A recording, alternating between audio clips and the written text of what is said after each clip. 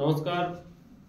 আজকে আবার form of verbs মাধ্যমিক সাজেশনের একটা গুরুত্বপূর্ণ গ্রামার খুব সহজে আমরা করতে পারি।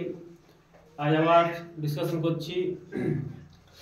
Tagore use to dash by the window, he dash dash observe had observed nature from the window of his room. His writings dash influenced by his childhood experience. তো এটা করতে হবে, ব্র্যাকেটে দেওয়া আছে, তিনটা অপশন দেওয়া আছে, কোনটা ফিট হবে সেটা আমাকে লিখতে হবে। তো আমি বলেছিলাম প্রথম আমাকে পড়ে করে খুঁজতে হবে যেটা কোন টেন্সে আছে। ফার্স্ট কাজ টেন্সটা আমাকে বাছতে হবে। তো প্রথমে ইউজ টু লেখা আছে, দেখতে পেয়েছো, পাস্টে আছে, হ্যাঁ কি না? হ্যাঁ, তার মানে পুরো জিনিসটা আমার কি হবে, পাস্টে হবে। Yes or no? ইয়েস। এইবারে এইখানে দেখো স্যাট আছে, সিটিং আছে, স্যাট আছে, সিট আছে। তাহলে আমার পাস্ট স্যাটটা বসার কথা, সিট স্যাট। হ্যাঁ, তাহলে কিন্তু এই টু থাকলে পাস্ট টেন্স হয় না, ইনফিনিটিভ টু। বলেছিলাম ওয়ান টু প্লে, হ্যাঁ ওয়ান টু প্লে বলো কি না? তাহলে ইউজ টু কি হবে? ইউজ টু সিট, প্রেজেন্টটা বসবে এখানে। হ্যাঁ, কেন প্রেজেন্টটা বসলো? যেহেতু টুটা আছে। Use to sit by the window, he dash had observed nature from the window of his room. তাহলে কি হবে? সিম্পল পাস্টে আছে। সিম্পল পাস্ট কোনটা? ওটা, এটা তো কিছুই নয়, এটা আইএনজি ফাইএনজি আছে, আগের তো অক্সিলারি কিছুই নেই। তাহলে সিম্পল পাস্ট কোনটা আছে? অবজার্ভ। বুঝা গেছে? আর এটাও হবে না। আর হ্যাড তো পাস্ট পারফেক্ট তো আসবেই না। তাহলে কি আসবে আমার? Observe nature from the window of his room. হয়ে গেল। হিজ রাইটিংস, তার লেখাগুলো, গল্প, কবিতা, উপন্যাস, তার লেখাগুলো কি করেছিল? নিশ্চয় প্রভাবিত করেছিল। পাস্টে আছে, তাহলে ওয়াজ তো হবেই না, প্যাসিভ ভয়েস ওয়াজ আছে। ওয়াজ ইনফ্লুয়েন্স, ওয়ার ইনফ্লুয়েন্স, দুটো হবেই না। কেন হলো না?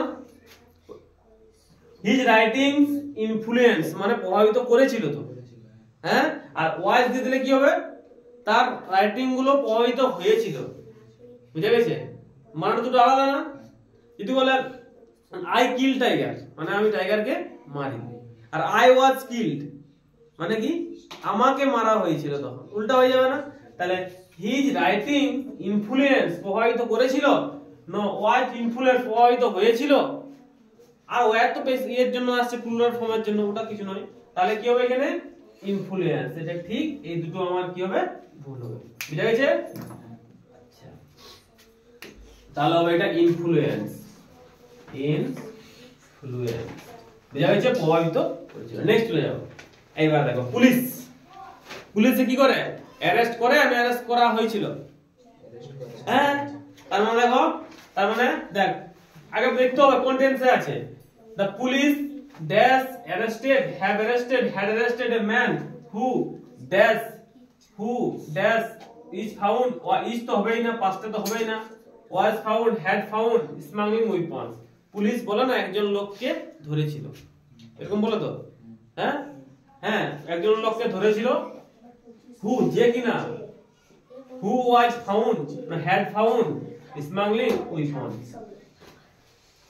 মানে প্রথমটা করে দিই, দা পুলিশ, প্রেজেন্টটা তো হবেই না, হয় অ্যারেস্টেড হবে, না হলে হ্যাড অ্যারেস্টেড হবে। এটা সিম্পল পাস্ট, এটা পাস্ট পারফেক্ট হ্যাডটা। কিন্তু আমরা কি বলি? হ্যাড বলি কি? Police had arrested a man. আমরা কি বলি? Simply police arrested a man. বুঝছেন? তাহলে কি হবে? The police arrested a man who was found, যাকে পাওয়া গেছিল। হু ওয়াজ ফাউন্ড মানে কি? যাকে পাওয়া গেছিল। কোথায়? মানে এই দুটোর একটা বসতে পারো তো, প্রেজেন্টে তো বসবে না। এবারে স্যার আমি এটা বসাচ্ছি, তুমি বল না স্যার আমি এটা বসাবো। বসা না, যেটা খুশি দেখবো, বিচার করবো ঠিক হচ্ছে কিনা, হ্যাঁ কি না? আমার তোর মন তোর এটা বললো, বসিয়ে দিলাম। হু হ্যাড বসিয়ে দেয়, কোনো অসুবিধা নেই। Who had found. এবারে মানাটা করতে হবে। কি বলছে? এ ম্যান, যে কিনা, যে হু হ্যাড ফাউন্ড মানে যে খুঁজে পেয়েছিল, যে খুঁজে পেয়েছিল স্মাগলিং উইপন্স, ওই লোকটাকে স্মাগলিং উইপন, স্মাগলিং মানে বুঝতে পারছিস তো? স্মাগলিং মানে কি, যেগুলো পাচার করা অস্ত্র ফস্ত্র, ঠিক আছে? হ্যাঁ, ওই যে একজন মানুষ যে খুঁজে পেয়েছিল স্মাগলিং উইপনস, না এরকম হবে, পুলিশ একজন লোককে ধরেছিল যে কিনা কি ওইগুলো পাচার করা অবস্থায়, তাই না? হ্যাঁ, পাচার করা অবস্থায় তাকে পেয়েছিল, তাহলে কি হবে? হু ওয়াজ ফাউন্ড স্মাগলিং উইপনস। কি বলো? আচ্ছা যাও মারবে তো হয়েছে। হু ওয়াজ ফাউন্ড, হ্যাঁ, স্মাগলিং উইপনস, বুঝা গেছে? যাকে পাওয়া গেছিল। আই ওয়াজ ফাউন্ড মানে কি, আমাকে পাওয়া গেছিল। আর আই ফাউন্ড মানে কি, আমি খুঁজে পেয়েছিলাম। আই ওয়াজ ফাউন্ড মানে কি, আমাকে খুঁজে পাওয়া হয়েছিল। দ্য ম্যান ওয়াজ ফাউন্ড মানে কি, ম্যান ওয়াজ ফাউন্ড মানে কি, মানুষটাকে খুঁজে পাওয়া, বুঝা গেছে?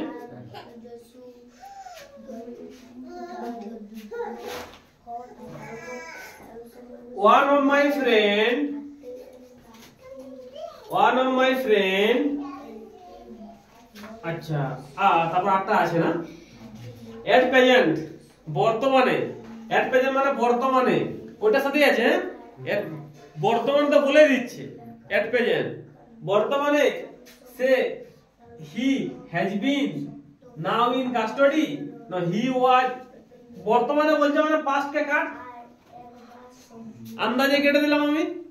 বর্তমানে বলছে সে জেলে, না সে জেলে হয়েছে, he has been now in, now he has been now in custody, না he is now in custody, he is now in, এই দুটোর মধ্যে ঝগড়া লাগছে, তাই না? বর্তমানে সে জেলে রয়েছে, হি has been now in custody, he is now in custody, কি এট প্রেজেন্ট হি ইজ, সে হয়, হ্যাঁ, কোথায়? জেলে। ক্লিয়ার? তারপরে ওয়ান অফ মাই ফ্রেন্ডস, এই দেখো মজার জিনিস, ওয়ান অফ বলছে মানে একজনকে বোঝাচ্ছে, মানে বন্ধুদের একজন, বুঝা গেছে? মানেটা বুঝো, মানে বুঝতে হবে, সিম্পল কথা। ওয়ান অফ মাই ফ্রেন্ড মানে আমার বন্ধুদের একজন, তাহলে একজনকে বোঝাচ্ছে। তাহলে ওয়াজ ইনজিওর্ড, নো, একজন বলছে মানে এই দুটোর মধ্যে একটা হবে, এটা নালে এটা, একজন আহত হয়েছিল, এরকম বলে তো, তাহলে কোনটা হবে? হ্যাঁ, আর এটা যদি বলি ওয়ান মাই ফ্রেন্ড ইনজিওর্ড মানে আমি আঘাত করেছিলাম, আই ইনজিওর্ড ইউ মানে কি আমি তোকে আঘাত করেছিলাম, তাহলে ওটা কি বলবো না? এই দেখ ভাষাটা বুঝতে হবে, হ্যাঁ, তার মানে এটা হবে না, প্যাসিভ ভয়েসে লেখা আছে, দেখো one of my friend dash injured in a bus accident, তাহলে বাস অ্যাক্সিডেন্টে সে আহত হয়েছিল বলে তো, না সে আহত করেছিল?